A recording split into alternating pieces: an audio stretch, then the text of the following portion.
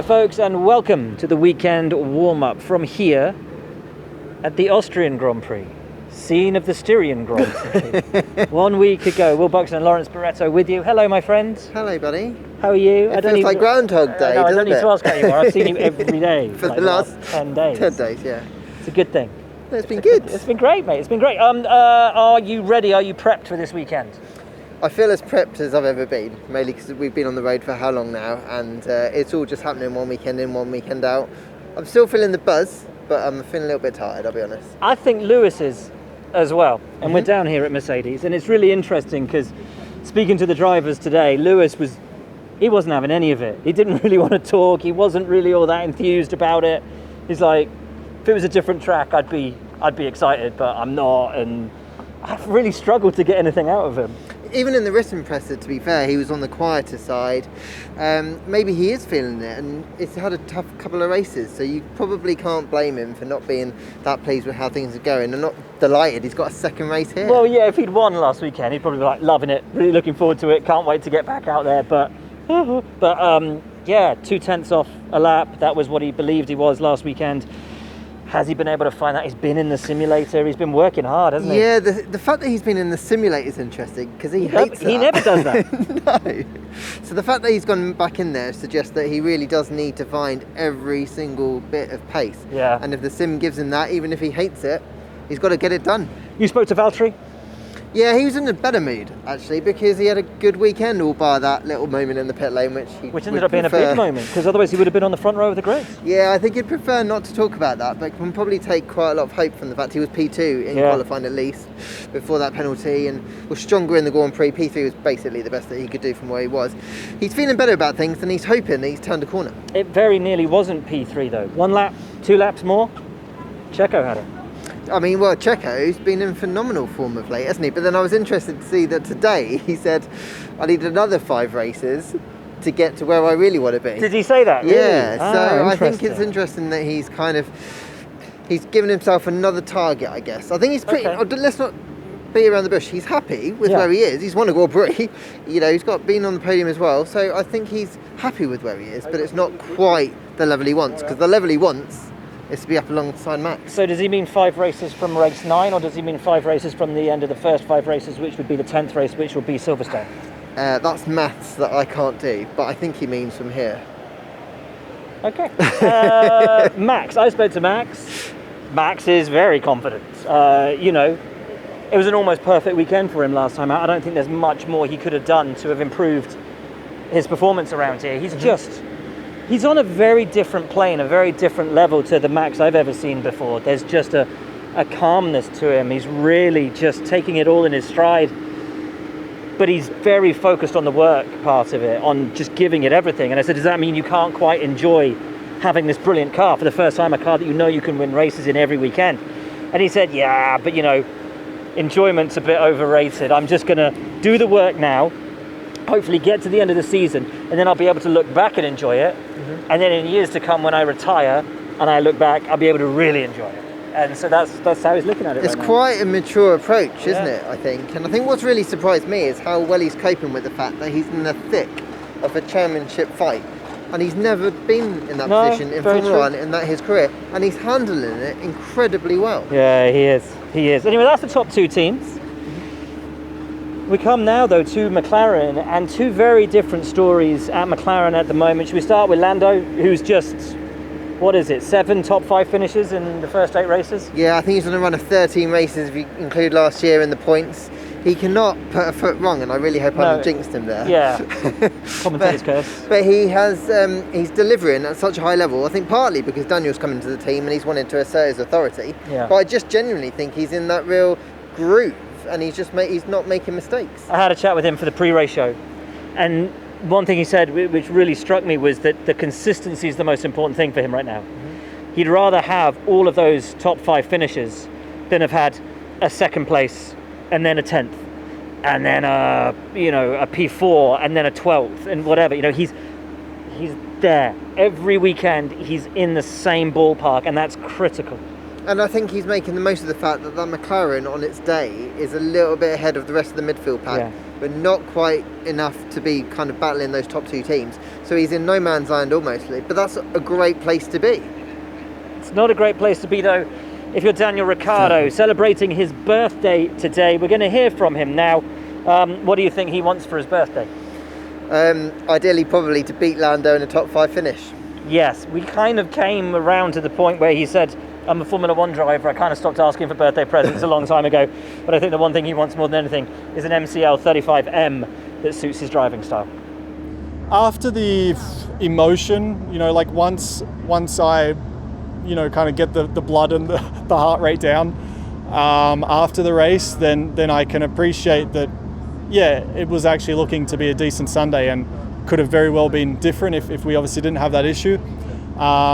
But obviously at the time, these things just compound, and it's because even like you say, in my head, what I'm thinking is, if the issue happened at the end of the race when we're more spread out, maybe it didn't cost me a position, but for it to happen, obviously when everyone's in such a train and to lose the positions.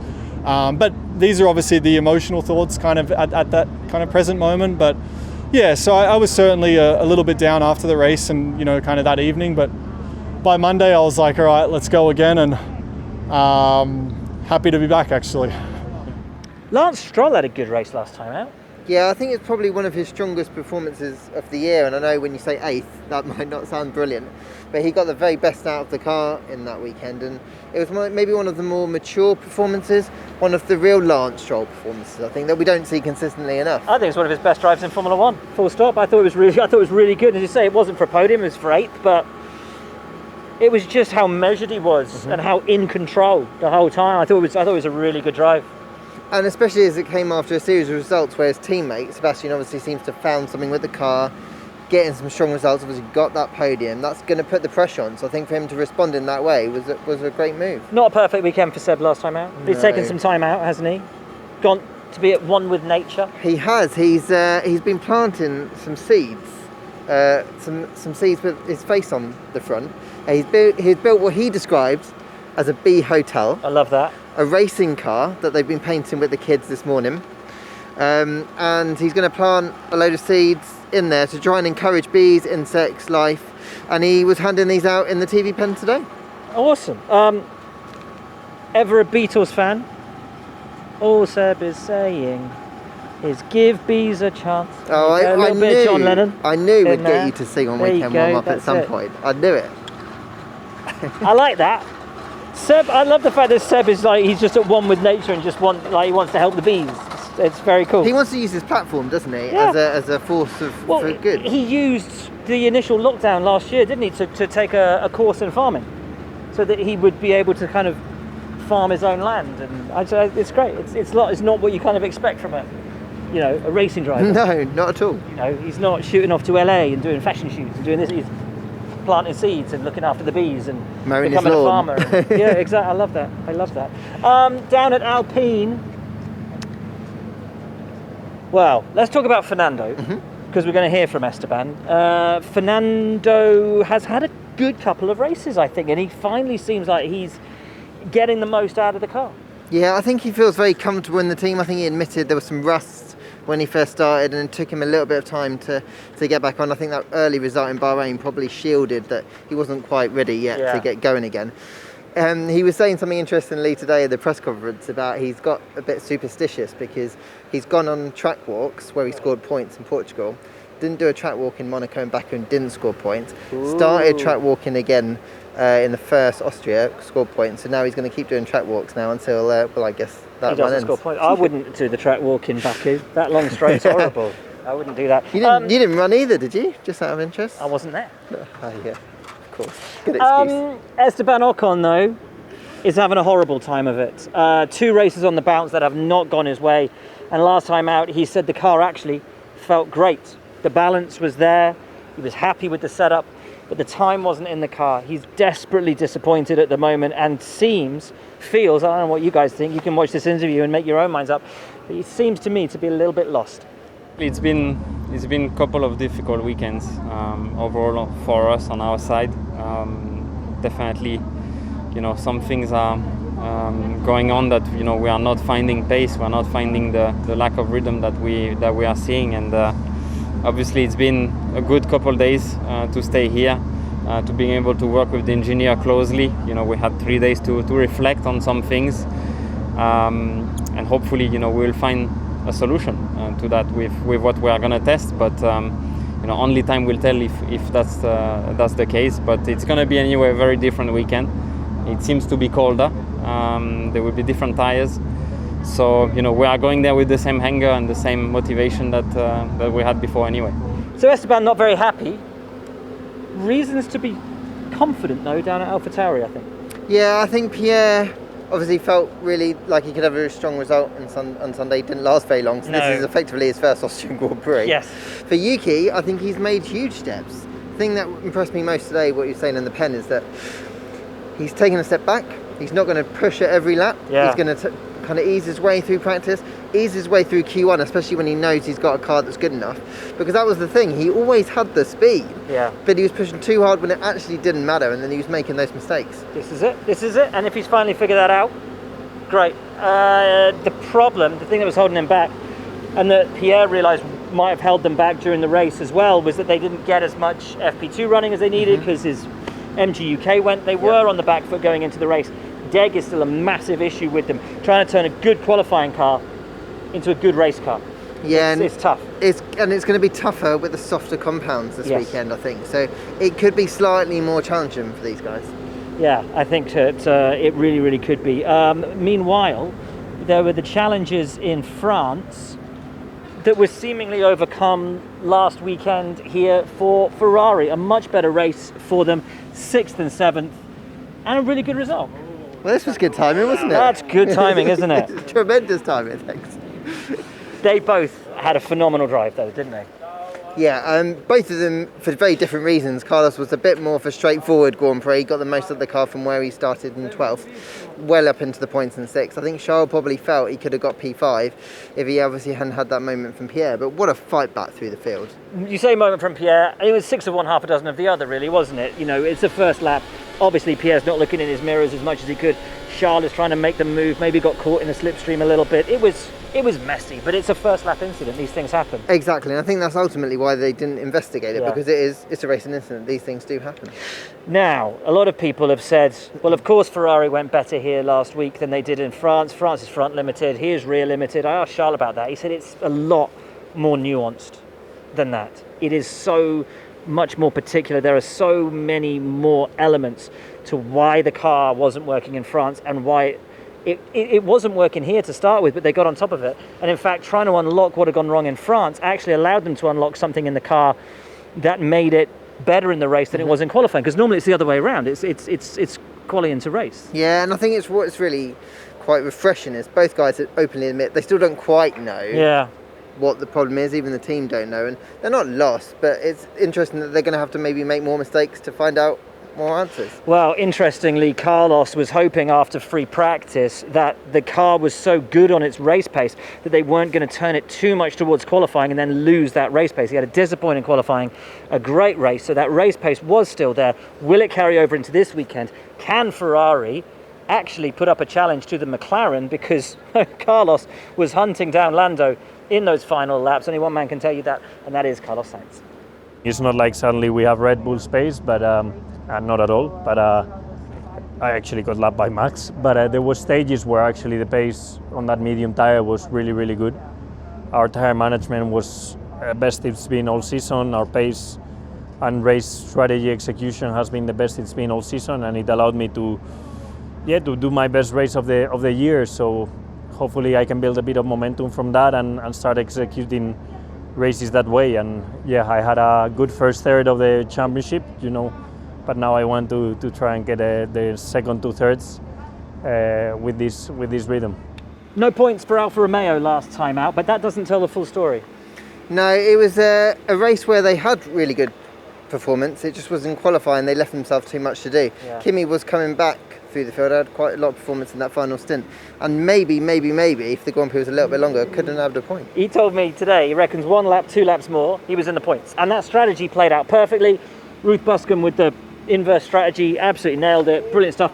Giovinazzi would have had a good race too, he reckons, but he got tagged, didn't he, lap 1? Yeah, and I mean, obviously when he was facing the wrong way up at the hill at turn 3, he knew that that was probably his Grand Prix done. Game over for Giovinazzi, but if they can get their quali sorted, they should be up and fighting for points. Yeah, Kimi's kind of struggled with qualifying all season. Antonio seems to have a better read on it, but the team was saying running up to this Grand Prix that they've made a few changes, or they got a few things that they can to try and improve that qualifying performance.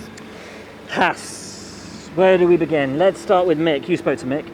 Yeah, he was in pretty good form, because I think he's been beating his teammate Nikita Mazepin. I think when you've got a car like that, that's pretty much all you can hope for these days.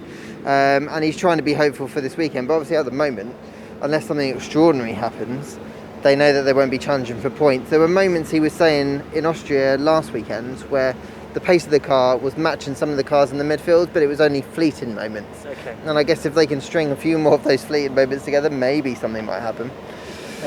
Maybe, yeah. Nikita seems to have a bit of a spring in his step at the moment. The team gave him a spinner last time out, a little inception spinner for the Mazda spin. They call it, sort of taking that meme and embracing it and taking it back, taking control of it to stop anybody else using it. I quite like that. And he's got a bit of confidence to him. He's got a bit of swagger back. I like that. He took that in good humour, didn't he? Yeah, and I think that did. was probably the best thing that he could have done. And I think he's now, if he can build on that, get a bit more confidence in himself. He's not been that happy with the car that he's got. Insists it's heavy, wants a new chassis, said it was going to be six or seven races time. Then Gunther said this morning, no, it's going to be sooner than that, probably after the summer break. Yeah. And then Nikita said, well, yeah, but even then it's still not going to be good enough. I don't really know what's going on there. Let's hear from Nikita and see his take on his new chassis, when he's going to get it, and whether he's really all that happy about it. Gunther was saying this morning that you're going to get a new chassis just after the summer break, so at least that's sooner than you were expecting, I think, when we last spoke. Yeah, well, maybe he received some positive emails. But yeah, I think that was quite important to fix that. And yeah, there's certain conditions under which I'm getting that chassis which are not, let's say, ideal. But let's see. How are you feeling about this weekend? Same venue, different compounds, cooler weather, maybe more unpredictable weather? Yeah, well, I'm standing here. There's a few drops coming onto my head, and not yours because you got a very nice Danish flag umbrella. But I'm looking forward. If it rains, it'd be something different. If it doesn't rain, it'll be something different as well with the steps off the compound. So I'm just excited and just want to go racing. And we finished then with Williams. And a case of what might have been. Oh, we could have been stunned in here, and they could have been 8th in the Constructors' Championship, That's and they'd mad, been delighted with that. And that could have made the difference for the rest of the season, given how hard it is to score points for these guys, Alfa Romeo and Haas. So they're not letting the heads drop, but that was a big result miss, wasn't it? Absolutely huge. George said the thing that really shocked them last weekend was there was no wind. And their car is so susceptible to the wind that it being very still caught them a little by surprise, but they had to take their opportunity. 8 thousandths of a second off Q3. And at the same time, Latifi only a couple of hundredths off making it into Q2. He reckons that he made it into Q2. The step up with the track evolution, he would have liked to have seen what he could have done in Q2. The car's coming on. It's not just about the drivers, the car's getting good. And that was all in dry conditions. It was an ordinary race weekend, and so that's got to give them performance. They don't need to do a rain dance. They don't need to hope for the rain, because if they can get the softer compounds to work, there's no reason why they can't be in the fight again this weekend. George did, however, say that on a weekend where he recognised some of the other drivers had made mistakes, he doesn't expect them to this weekend. And with the reduced number of mistakes, their opportunity to, advance through may drop back. But if things stay the same as they were last week, and people are pushing over and track limits, whatever else, and George fires in again, I mean, you've got to come into this being confident if you're Williams. I think the very fact that they're in the mix is something impressive altogether. And, George has been stepping up, particularly in qualifying, Mr. Saturday, as people seem to be calling him now. I think he'll still fancy his chances, even if, there's going to be fewer mistakes all round. He backs himself. He's massively confident. Yeah, he really is. Nicholas Latifi, his birthday during the week as well. And he is increasing with his confidence as well. That's about it, though, isn't it? That is it. What do we normally do now? We do the predictions. That's it. That's the word. Yes. We do what? The predictions. Who are you predicting for this weekend, my friend? I am going to predict a Mercedes victory. Ooh! Which ordinarily doesn't sound like it's stretching that much, but I feel like that is a bit of a stretch. But that's predicted also right now. quite general. I went for 3 places on the podium last week, and you just said Max and Daniel. Okay, I'm going for Lewis, Max, Checo. Nice. Okay, What about you? I'm going to go for Max, Lewis, Lando. Lando. McLaren podium. Yep. Well, we've jinxed that, so Twice in and I this. won't say George points. And I think Pierre probably wishes I wasn't here, because every time I'm here, something goes wrong for him. Anyway, thank you, buddy. Thank you, mate. I enjoyed that. That was fun. Enjoy the weekend. Enjoy the action from here at the Austrian Grand Prix, scene of the Styrian Grand Prix at the Red Bull Ring. Same place, isn't it? Nailed it. Nailed it. Right. Have a good weekend, folks. Enjoy it all. From Lawrence, from me. We'll see you next time. I said Lawrence and I moved the microphone like that. That was fun.